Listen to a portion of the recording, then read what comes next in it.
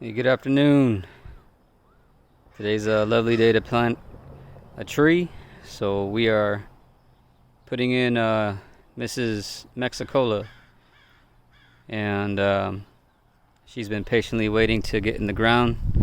She's actually putting on a flush right now, and very excited to start planting again. And what we have here in Escondido is our native soil is known and good for agriculture, but in my particular area, when the native becomes wet and dries out, it becomes a very hard and compacted clay. So what I've done is I've chosen the mounding method, and it does extremely well.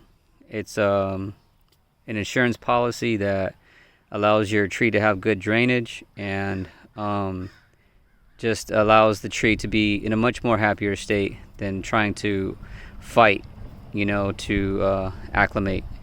So it's like more in a raised bed. The drainage is there, and the roots can spread out freely and effortlessly to create a beautiful tree for you.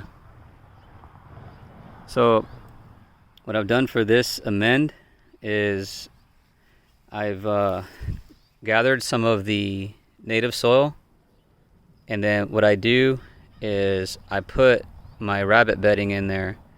So I collect the manure and I collect their bedding, and then I also put a little bit of potting mix in there too for drainage, and it works extremely well. We got a nice fluffy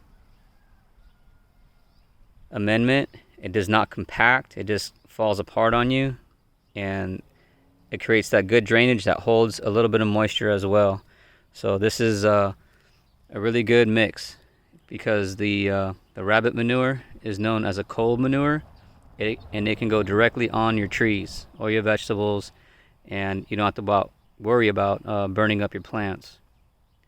So that's what we're doing here. And now that we've created our mound, she's above the soil, we know that we're going to have the good drainage that we need. All the amendment and the fertilizer is already there. This tree should be pretty happy now. So she's been waiting patiently, and I'm very happy to see what the results are going to be, because we're dealing with some overcast skies. We're dealing with a little bit of humid weather, but at the same time it's not too crazy sunny. So this is perfect conditions for planting. One thing I like to do as well is I like to plant very close to my other trees to create microclimates. And everywhere you see, I'm using a mound method, and I'm using wood chips, because here in Escondido it gets very hot, and once that soil dries and it compacts on you, it's going to be very hard to keep irrigation down without runoff and just problems, So one thing I like to plant in between is support species like Mexican sunflower. Mexican sunflower is a tree or a shrub that you can grow next to your plants to create the shade. And then once you cut it back, these trimmings right here hold as much nitrogen as chicken manure. So it's a very, very good plant to have around to keep your trees fertilized organically. It's once it breaks down, it's gonna create humus, and the bugs are gonna come in and eat it and aerate your soil and just keep things happy. So these are things that I try to implement in my growings, and the plan here is to just create, canopies that are going to eventually just be draping over to where you can kind of just cruise under and around, and just create a food forest environment to where your trees are your edible landscape, and just beautiful to have around, and just create that beauty. So we're still in the beginning stages of it. and it's going pretty well. This is our second year. Pineapple guavas are in flower. The loquat is being trimmed slowly up to where it can reach over to where we can start coming underneath our canopies, creating shade and holding moisture, and just trying to create that food forest effect. So this is a white sapote.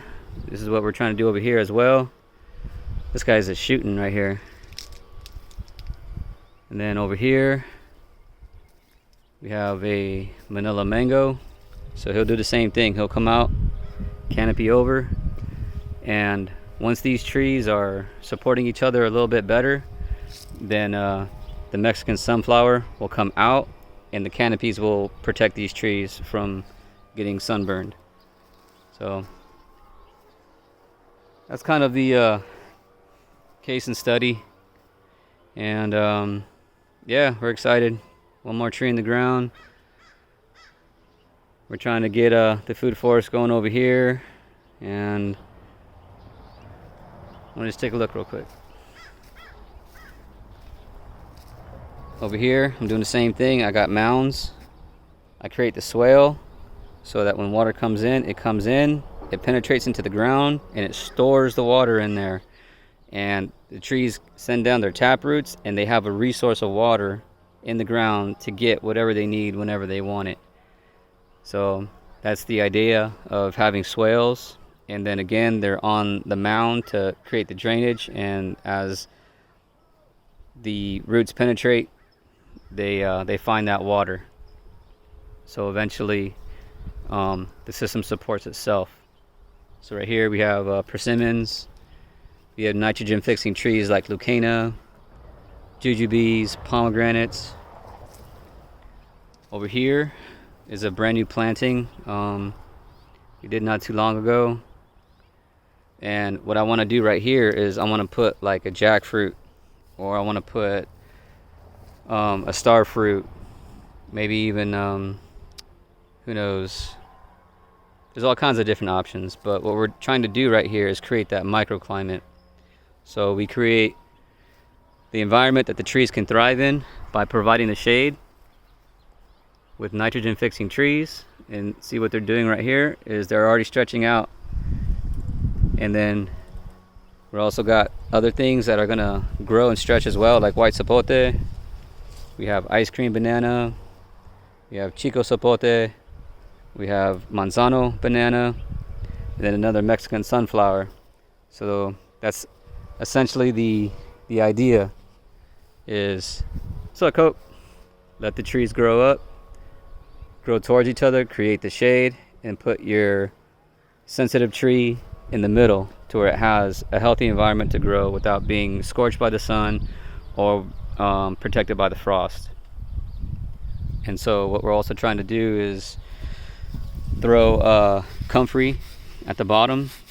What these things do is they send down deep tap roots, and they mine the minerals and they store them in their leaves. So as they grow out, you can chop them and drop them at the base of your trees, and that's another way of fertilizing. And also it smothers out the area, because we have grass that just likes to creep in. So if we can just smother out the area, we can hopefully keep the weeds at bay, and just have an easier time for the roots the trees not competing for nutrients, because the grass is such a heavy feeder. It'll take everything it can from the tree. So every planting, we try to have that lemongrass, comfrey, and what we also try to do is create the food forest effect by having vines that climb trees as well. So this is a dragon fruit. This one's Frankie's Red, and because they don't like too much water, what I try to do is protect them by just giving them their own little source. So it keeps them more happy rather than being flooded out by the other trees. and it also keeps the gophers away. I have a pretty big gopher problem, and they love dragon fruit. So what else we got? These right here are just like little starter kits. What I do is I get the Mexican sunflowers and I just make little cuttings.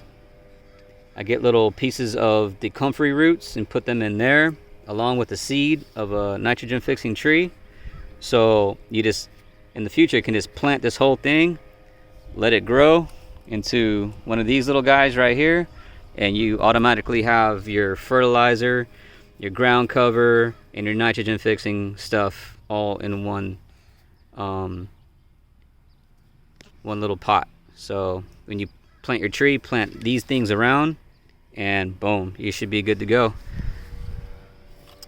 So what else? Over here, these are plantings I did when I first got in this house. So we got more of an agroforestry type of system here. And what I have here is a Lisa Adamoya. And Lisa's pretty rare. This isn't quite the environment that it thrives in, so what I'm trying to do is protect it. So he has protection from the sugarcane. It has ground cover with comfrey, and we have a nitrogen fixing leucaena right next to it. So keeping it in this little environment, she's doing okay. She's happy. She's even flowering right now. So pretty cool. So over time, as this guy grows, I'll start cutting back the sugarcane, and then he'll have his own little area where he can be happy. So all down here are swales, which I've dug. They're about a foot down, about a foot wide. Then I've put the wood chips in there. So now the water that gets into the swale is now stored in here. It's not going anywhere. And like I said before, the trees can send down their tap roots, and then they can just grab that water whenever they want. And we keep the wood chips up here to try and maintain the moisture and try to create the beneficial funguses and bacteria that the trees love and grow in. And everywhere we go, we're just trying to create that forest environment. Like this one right here. This is another Cherimoya. She's growing right here. This is Fino de Jete. And down below we have a comfrey. And on the side of them we have another sugarcane. So all through, this is what we're doing. We got Asian pears. We got big Hass avocados. Fuertes, Mexican sunflowers again, pigeon peas. This right here is a surprise that recently got planted next to the comfrey and the pigeon pea. This one seems to be doing pretty good. Getting chewed on a little bit. Then in here, this is an Eternal. This is a tree I grafted a while back, and it was sitting in a pot for a long time. But because it's so young, if I put it directly in the sun, it would get burned up. So the Mexican sunflower is right here. The pigeon pea is here. The comfrey is helping mine the minerals and keep the area shaded. If you come inside, here's Eternal, and she likes her new home. So looking pretty good. What else we got? Inside here is just a whole bunch of comfrey. And over here we have pigeon peas, which are helping shade. I need to stand it up a little bit better so it protects a little bit more. But inside here we have Charwill, and she's on a mound. She's happy.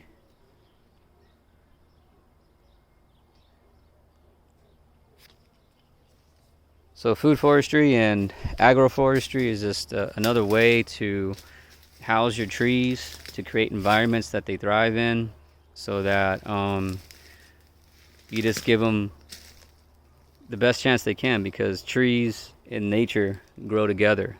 You know, they have high stories, they have lower stories, they have ground covers, they have climbing vines, and when you give your system that environment, it does really, really well, because they all benefit from each other. So this is a large fuerte, which helps provide the shade for the charwell. And once this guy starts growing up, we can cut him back, maybe somewhere in here, and let him flush back out with new growth, with new avocados. And yeah, it's just fun. It's a lot of fun. We have mulberries. Mulberry season is still here. This one's Pakistan. We still got some new flushes on here. Got a fig that just went in. These are apricots. Spicy nectar plum. And so what we're doing is we're just letting these trees grow. They're creating the shade. And as it cools down, what we'll do is we'll bring them back down to size to where we want them. And then their cuttings will go on the ground. They'll turn to mulch, and the system sustains itself. Hopefully with minimal water. So what else we got? It's a lemon tree that got cut back. This is an area that we're going to start working with hopefully pretty soon. Right in here. This is a good example as to why here in Escondido it's good to shade your trees or to create that microclimate, because this is reed, and reed got beat up pretty bad and almost died. You see the sunburn. But what we did is we put the Mexican sunflower in. Now we got another one going on this side, and it'll create the shade that this tree needs to be protected.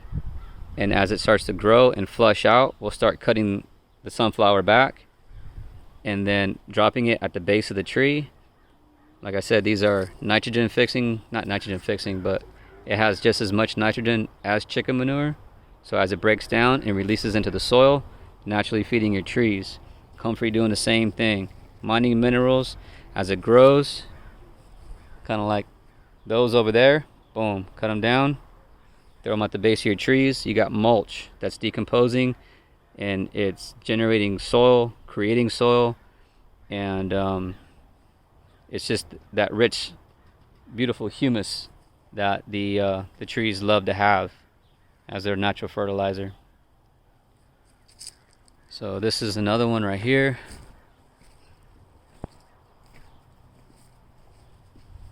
Right here we got two Mexican sunflower. We have a Lucana, which is a nitrogen fixer, coming in here. And right in the middle we have a little avocado. So that's what we're gonna do. Now that the structure is all here, we have all the shade that we need. This guy needs a little bit more sun. So I'm gonna start cutting this stuff back, allowing sun to come in, to filter, and not be too intense for this little guy to start pushing through. And once he is able to do that, these guys come out and he can handle himself. So that's a orchid tree.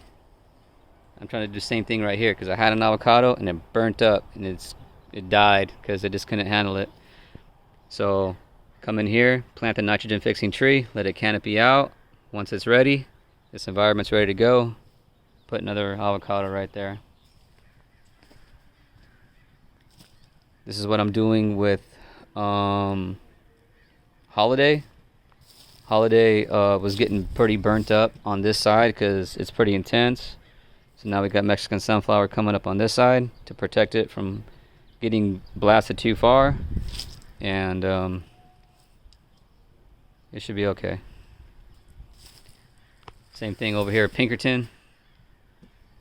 Pinkerton got blasted pretty good right here, burnt up. So now we're just trying to create the shade for it. And now that we have, she's a happy tree. She's like really starting to flush out now. So I got a fence right here, so as the tree starts to reach out, I'll just start pruning little by little. But yeah, it's a happy tree now.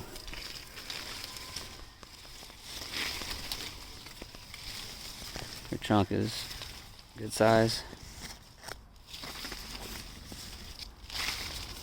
Yeah, happy tree. So this is the lemongrass. As the lemongrass grows, cut her down, put it at the base of the tree. Now you're retaining moisture. You can come down, dig down a little bit.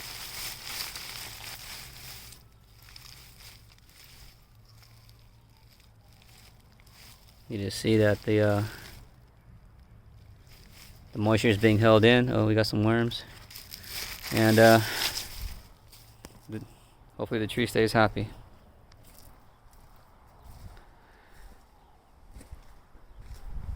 So we still got a long way to go. These are my little friends right here that help me out. Thank you. I appreciate it.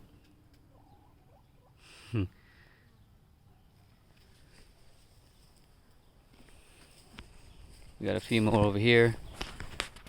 Say what's up, guys. What's up? You guys good? And then got a few chickens too.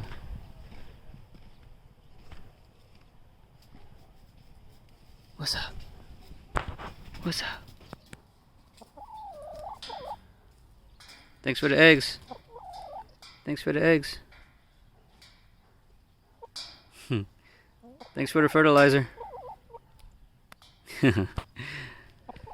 Alright guys, it's just a quick little tour that what we're doing over here and things that we're trying to do to create the food forest. God bless everybody. Have fun in the garden. Peace.